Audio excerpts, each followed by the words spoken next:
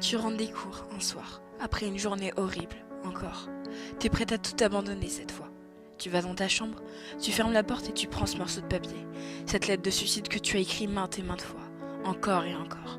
Tu prends cette lame de rasoir et t'ouvres les veines pour la dernière fois. Tu prends cette bouteille de pilules et les avales toutes. Tu t'allonges patiemment, tenant cette lettre sur ta poitrine. Tu fermes les yeux pour la dernière fois. 1 heure plus tard, ton petit frère toque à la porte pour te dire que le dîner est prêt. Tu ne réponds pas, alors il entre. Il voit seulement que tu es allongé sur ton lit. Alors il pense que tu dois dormir.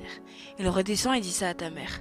Elle monte dans ta chambre pour te réveiller mais remarque que quelque chose ne va pas. Elle prend la feuille que tu as dans les mains et la lit. Sanglotant, elle te secoue. Crie ton nom mais tu ne réponds pas.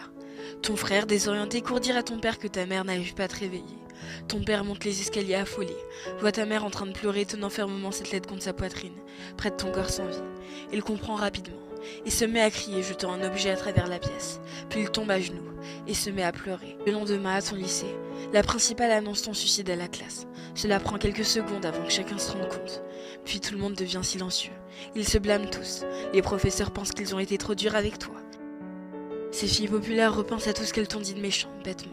Ce garçon qui avait l'habitude de t'ennuyer et de t'insulter ne peut pas s'empêcher de se haïr pour n'avoir jamais osé te dire à quel point il te trouvait belle en réalité. Ton ex-petit copain, celui à qui tu disais tout, celui qui t'a largué. Pourtant, il ne peut pas supporter d'entendre cette nouvelle. Il s'effondre, se met à pleurer puis quitte la classe. Ses amis, ils sanglotent aussi, se demandent comment ils ont fait pour ne pas se rendre compte que quelque chose allait mal. Ils auraient aimé pouvoir t'aider avant qu'il ne soit trop tard. Et ta meilleure amie, elle est en état de choc. Elle ne peut pas y croire. Elle savait ce que tu traversais, mais elle ne pensait pas que ça allait aussi mal, au point d'en finir. Elle ne peut pas pleurer. Elle ne veut rien ressentir. Elle se lève et sort de la classe. Dans le couloir, elle s'effondre par terre, tremblante. Se met à crier, mais aucune larme ne sort. Quelques jours plus tard, à ton enterrement, il y a la foule. Beaucoup de gens te connaissaient. C'est cette fille pétillante, celle qui était toujours là pour les autres. L'épaule sur laquelle on pouvait pleurer. Ils parlent tous avec de bons souvenirs qu'ils ont eu avec toi. À tous, on peut voir des larmes couler de leurs yeux. Ton petit frère ne sait toujours pas que tu t'es suicidé. Il est trop jeune. Tes parents lui ont seulement dit que tu étais décédé. Ça le blesse. Ça le blesse énormément. T'étais censée être sa grande sœur. Tu étais supposée être toujours là pour lui. Ta meilleure amie. Elle essaye de rester forte durant toute la cérémonie. Mais au moment où ton cercueil est mis en terre, elle perd tout moyen. Et se met à pleurer comme elle ne l'a jamais pleuré. Et elle continuera, pendant des jours et des jours. 2 ans plus tard, tes amis, pour la plupart tombés dans la dépression, parlent toujours à un conseiller thérapeute 1 fois par semaine.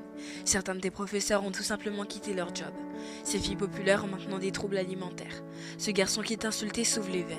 Ton ex-petite amie ne sait plus comment aimer et n'a jamais pu avoir une relation stable à nouveau. Ta meilleure amie, elle a essayé de se suicider, mais elle n'a pas réussi comme toi. Mais elle a essayé, plusieurs fois. Ton frère, il a finalement découvert la vérité sur ta mort. Il se coupe, s'ouvre les veines, pleure le soir. Il fait tout ce que tu as fait pendant des années et qui t'ont conduit au suicide.